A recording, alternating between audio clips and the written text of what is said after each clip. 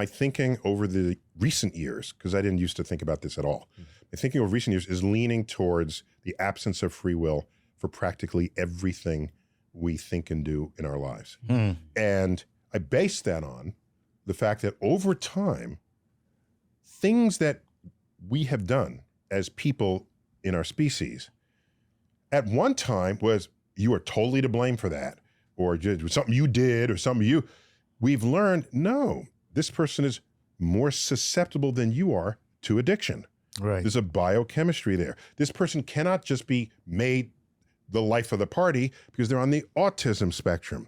They don't control that in the way you might think they should, just because you're the life of the party. As you add up all of these things, let's go back to epilepsy, where before that was even a word, you were occupied by the devil.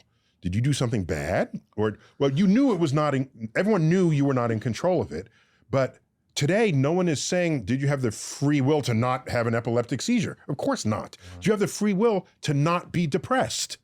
The person who's ready to jump off the bridge, in that instant, do they have the free will to not jump off the bridge?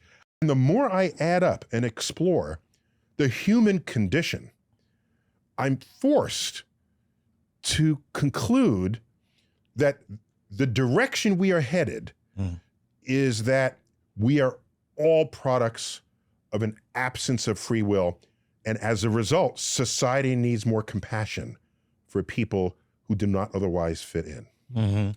See, I have the exact opposite position in my own mind. I feel that it is because of the absence of free will that you see in most behavior, that it is that 1% of free will activity that moves us in the right direction, bends us toward compassion, takes the arc of history toward justice. It can't express compassion. Someone can see me and say, that person needs help in this way and has the free will to help me. I think that's a great question, analogy. Yeah, That's and what you're that's a talking free about. will example of the exercise of free will. Do you remember the shooter in the University of Texas at Austin?